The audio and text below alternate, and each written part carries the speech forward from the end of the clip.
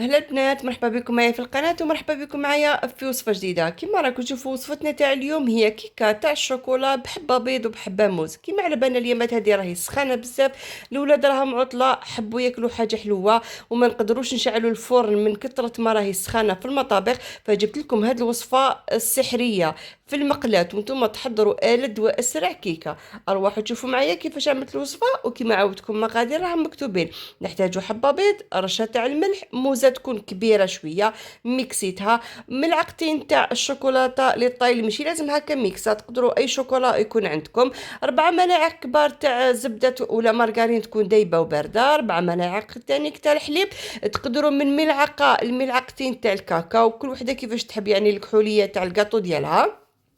نضيف 4 ملاعق بومبي يعني مليانين بزاف تاع الفارينه اللي هو الطحين، ملعقه صغيره تاع بيكنج باودر، نص ملعقه صغيره تاع بيكنج صودا، الفانيلا ولا معطر تاع الموز. نخلط الكل المقادير مع بعض.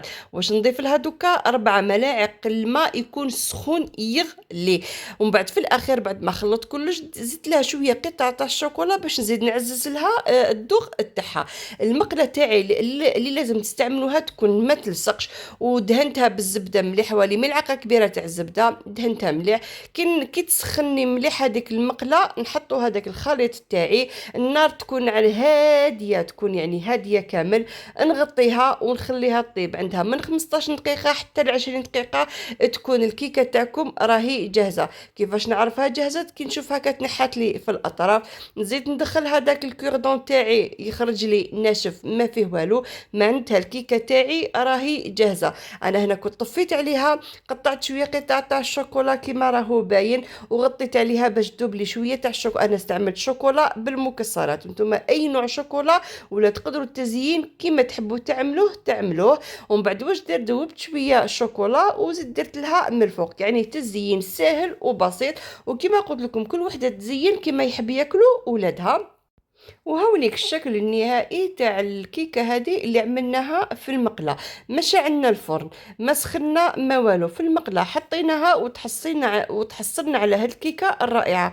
نصيحه نعطيها لكم، الكيكه لازم حتى تبرد مليح باش تقسموها. انا اول قطعه قسمتها كانت سخونه تفتت لي، فصبروا عليها تبرد شويه باش تقسموها. شوفوا كيفاش راهي تبان مشربه، تقول شربناها وحنا ما شربناها ما والو. والذوق تاعها صدقوني غير تقول راكو تاكلوا في البراونيز وهي ما راهي براونيز لا والو. الذوق تاعها هايل، حتى ولادي قالوا لي ماما عودي ديري لنا هاد الكيكه، قلت لهم سخانه واش دارت فينا، ولينا نخترعوا كيكات يطيبوا في المقله غير باش ما نشعلوش الفرن ديالنا. كما راكو تشوفوها الشكل تاعها شكلا ومذاقا. هذه هي البنات وصفنا تاعنا اليوم، وصفه تاع كيكه الشوكولا بحبه بيض وبحبه موزه.